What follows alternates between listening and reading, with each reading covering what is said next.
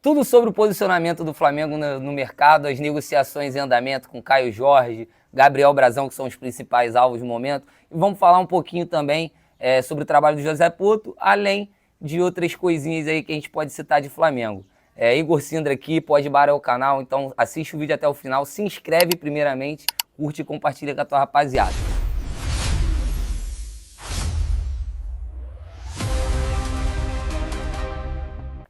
O Flamengo deixou claro, né, desde o ano passado, através do presidente BAP, quais seriam os principais focos para esse mercado de início de ano, né, que seria rejuvenescer o elenco, acho que muito pela quantidade de jogos que a gente vem jogando, enfim, além de outros times que adotam essa estratégia, e a diferença entre a intensidade no jogo do Flamengo, principalmente contra os times lá de fora.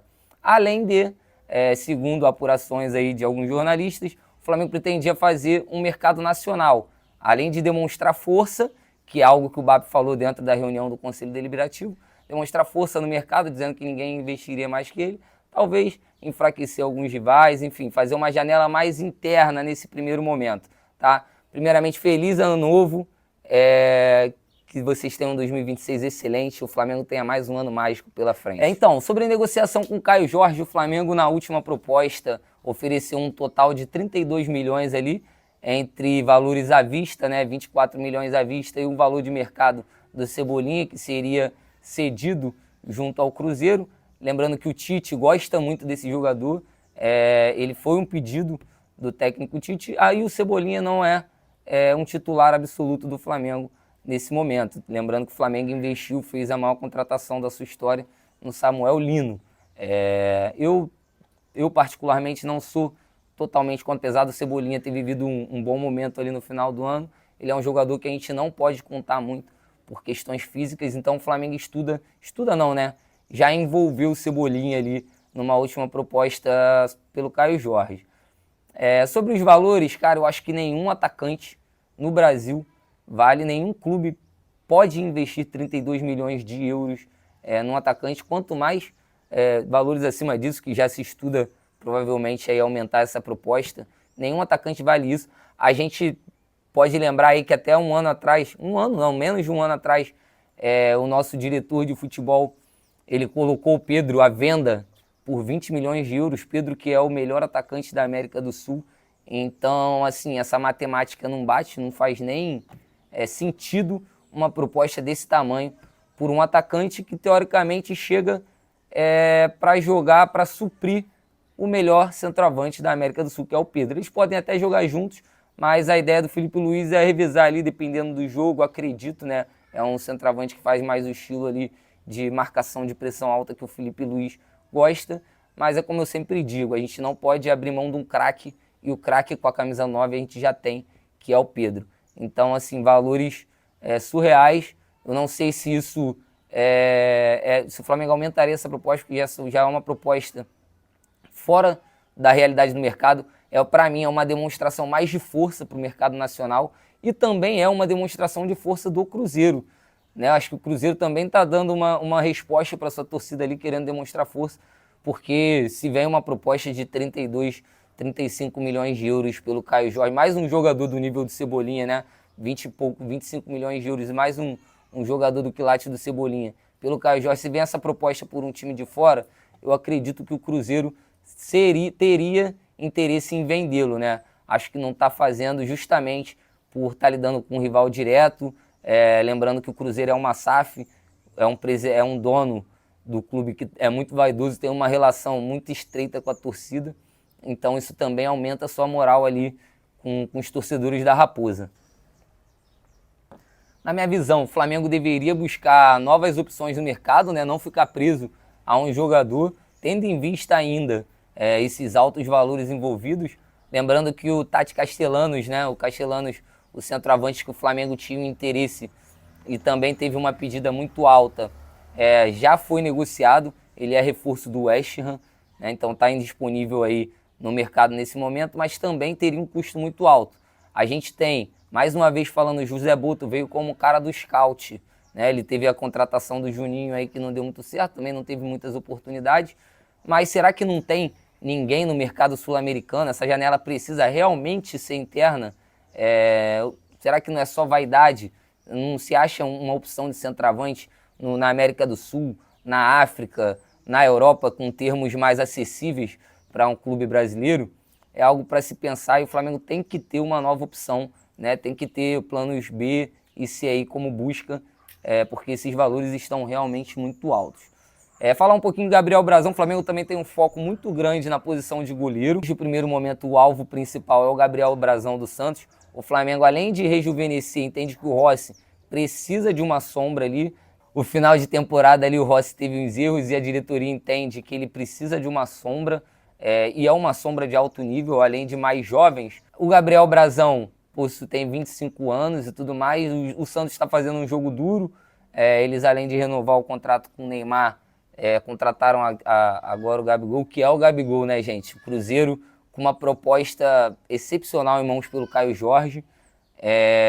Em nenhum momento pensou em aceitar essa quantia, já que tem o Gabigol ali como centroavante reserva.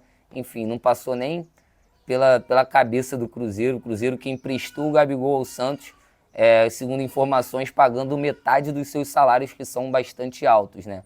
Então o Santos está querendo fazer um time competitivo ali também dentro do planejamento do Neymar, para que possa proporcionar a ele a oportunidade de ir para a seleção brasileira. Então não é uma negociação muito fácil, mas o Flamengo tem interesse. E surgiu uma opção também muito interessante, né? O goleiro do Curitiba, ainda mais jovem, o Pedro Morisco, que fez uma Série B excelente, com médias de gol sofrida, né? Com número de gols sofridos menores que o Everton, que Rossi, enfim, que Fábio. Então é um goleiro que fez uma boa campanha também. E o Flamengo tem como plano B, nessa ideia, sempre lembrando, de rejuvenescer o elenco, além de ter, segundo as informações, o Flamengo quer ter 2 times competitivos para poder disputar todas essas competições que vem pela frente em 2026. Hoje o Flamengo teve também o seu primeiro reforço oficial. O Vitão assinou o contrato hoje no primeiro dia útil do ano, né? Já está registrado como jogador do Flamengo, então primeiro reforço oficialmente para 2026. Além disso, a gente pode ter algumas saídas ali. Eu já disse que o Everton Cebolinha já foi envolvido numa negociação, numa proposta pelo Caio Jorge para o Cruzeiro, mostrando que é um atleta que está no mercado, que pode ser envolvido em alguma negociação. Tem também na posição dele o Michael, que o Flamengo já liberou o atacante para mandar que o seu empresário negocie com alguns clubes interessados e está aguardando proposta. Hoje que surgiu como Vinha muito próximo do River Plate. Vinha lateral esquerdo, para mim muito bom inclusive, e os jogos que ele jogou depois da lesão foram bons jogos. É um lateral que se parece mais no estilo de jogo com o Alexandro. Eu acho que o Flamengo deveria, para mim, o Vinha tem muito mais condições de vestir a camisa do Flamengo do que o Ayrton Lucas, por exemplo. Mas é um jogador que está na prateleira de negociáveis e, segundo informações de hoje, né, muito próximo do River Plate. Além deles, tem também uma proposta do Grêmio aí pelo Everton Araújo. É um cara que tem menos oportunidades ali depois da chegada do Saúl, mas oficializando outro que está no mercado, que é o Alan, a saída do Alan, ele seria uma opção ali, lembrando que o Saúl vai operar no começo do ano, então ele seria, acho que o único volante de pegada mesmo, mais marcador. Eu não gosto muito também, ele ainda precisa melhorar a saída de jogo, o trato com a bola, mas é uma opção de volante com marcação forte para um estilo, para um jogo que o Flamengo precise. Ele é o único atleta com mais imposição física, vamos dizer assim, que o Flamengo tem para a posição. Mas está envolvido ali, tem uma sondagem, não sei se uma proposta já chegou pelo garoto, pelo time do Grêmio, tá? Eu queria falar também agora no final desse vídeo, um assunto que não é muito tratado na mídia, não é um assunto que gera muito like, mas a gente está aqui para falar sobre tudo, que é sobre o trabalho do José Botto, gente. A gente tem que falar um pouquinho sobre isso. Eu fui um cara muito defensor dessa política da nova direção do Flamengo sobre a profissionalização, né? O José Botto chega para uma posição ali que substitui o vice-presidente de futebol, que era uma posição estatutária, não remunerada, que muitas vezes a gente viu que é um cara que não entende muito da bola, ele atua mais no mercado, enfim, muitas vezes utilizada como a rainha da Inglaterra, que é um status, Então, enfim, chegou um profissional da bola, é um diretor técnico, o Boto tem passagem por comissões técnicas de categoria de base, além de ter trabalhado muito tempo no scout, então é um cara que está ali para cobrar sobre decisões técnicas, que está ali para fazer um trabalho junto da equipe técnica do Flamengo, Felipe Luiz e seus Blue Caps ali. Apesar de ter elogiado muito a postura dele, principalmente no começo do trabalho, desde o final do ano passado, já citei um episódio ali, né, que o Boto vazou ano passado um valor de venda ali possível pelo Pedro para o mercado europeu de 20 milhões de euros. Isso na época deixou o jogador muito irritado, muito chateado, até porque ele já passou por muita coisa aí no Flamengo, vinha de uma temporada muito boa e voltando de lesão. Então ele teve esse episódio. Mais recentemente tem me incomodado muito uma postura dele, tratando o Flamengo como se fosse uma incubadora para a Europa, tratando o Flamengo como se fosse um estágio, uma passagem para clubes maiores. Lembrando que ele é funcionário do Flamengo. O Flamengo tem que ser o objetivo final dele, não preparar alguém para a Europa. Ele citou isso, caso parecido com o Pedro. Ele teve uma declaração infeliz ali sobre o zagueiro João Vitor, que realmente quando teve as oportunidades ali nos grandes jogos não teve uma boa atuação, estava claramente inseguro.